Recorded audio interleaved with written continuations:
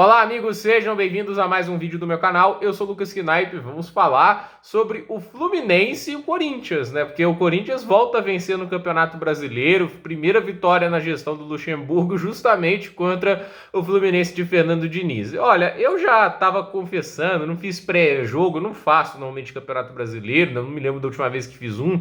E assim, né, eu já estava achando que esse jogo poderia ser favorável ao Corinthians, porque o Corinthians jogou bem contra o Flamengo, muito por causa dos problemas defensivos do Sampaoli. E o time do Fluminense tem mostrado isso de maneira pior nas últimas partidas. E eu acho que é uma partida muito preocupante do Fluminense, muito preocupante para o trabalho do Fernando Diniz, porque lembra muito o declínio que ele teve lá no São Paulo, né?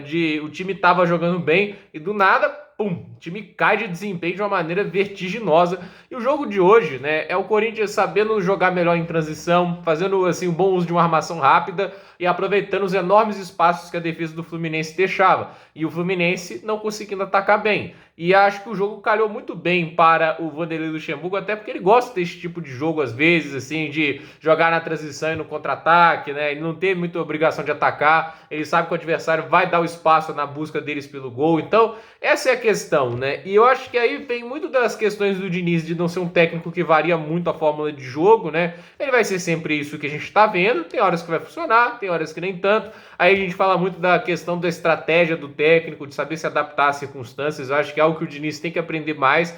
E se não conseguir, assim, manter um nível de estratégia, assim, ou mudar o planejamento tático no sentido de eu não gosto de um time que jogue no contra-ataque, mas na defesa, pelo menos mude um pouco a forma de atacar, um pouco a formatação do esquema para se adaptar, ver qual é a melhor forma de você se impor perante o adversário, ficar apenas ali no mesmo esquema, na mesma escalação sempre, às vezes pode ficar muito batido, exceto, é claro, quando o técnico está preparado para qualquer tipo de adversidade. Não parece ser o caso do Diniz. São 4 jogos seguidos sem marcar um gol sequer, o time assim não tá jogando bem e tá se mostrando muito vulnerável. Se o Corinthians, que na gestão do Luxemburgo quase não marca gols, conseguiu marcar 2 gols hoje, é um sinal ruim, né? Óbvio que o Luxemburgo pode finalmente estar conseguindo engatar algo no ataque, porque é o que sempre foi o calcanhar de Aquiles do Luxemburgo, de não ser um bom técnico ofensivo, de não conseguir dar aos times que ele treina um volume de jogo necessário, uma boa criação de chances. E esse é o grande problema do trabalho tático do Luxemburgo. Ele não é um bom técnico de ataque, mas ele conseguiu hoje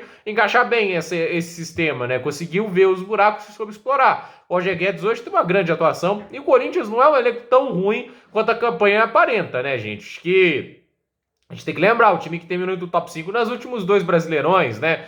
Teve bons reforços, bom ver o Renato Augusto de volta, né? O Yuri Alberto, por mais que tenha jogado muito mal até agora, desde o início do Brasileirão, ele não é um jogador ruim, né? Ano passado, no segundo turno, estava jogando super bem. O Yuri Alberto é um jogador que, se conseguir se achar de novo, vai produzir, vai ajudar o Corinthians, né? O Corinthians tem talento, o Corinthians tem qualidade no time, então não dá para você entrar de maneira displicente num jogo contra o Corinthians. Eu acho que o grande problema do elenco do Corinthians é a falta de renovação da zaga, dos goleiros, por mais que o Cássio ainda esteja catando bem, mas assim, em 2012, 13, o Fagner ainda acho que era lateral do Corinthians, o Gil, entende, né? E eles continuam lá, né? Isso mostra um trabalho porco na hora de consertar, assim, a defesa, né? De dar uma renovada, que a renovação sempre é necessária, né? Você sempre vai precisar contratar sangue novo, os jogadores, no momento, entram em declínio físico ou técnico, então você tem que saber a hora de renovar a defesa, né? Os times vão se mudando perante as circunstâncias e o tempo, então acredito que o Corinthians ainda precisa trabalhar bastante na renovação da defesa, mas o fato é que é uma vitória que motiva um pouco o time, sai da zona de rebaixamento, finalmente um bom desempenho, e assim, um bom desempenho premiado com a vitória. Acho que o trabalho do Luxemburgo ainda é bem fraco, mas por outro lado, quem sabe agora começa algum tipo de resultado, embora eu mantenha minha opinião de que não é uma boa escolha, né? Acho que o Corinthians, se peneirasse mais no mercado, se tivesse arriscado em alguém, seria melhor, porque o Luxemburgo já está um tempo sem trabalhar, e os últimos trabalhos dele, nada demais, né? Ele não é mais o técnico que ganha títulos lá, 2004 para trás, né? Inclusive o último grande título da carreira dele, se me falha a memória, uma Copa do Brasil que ele ganhou em 2004. Então faz muito, muito tempo que o Luxemburgo não é aquele técnico de destaque aqui no futebol brasileiro.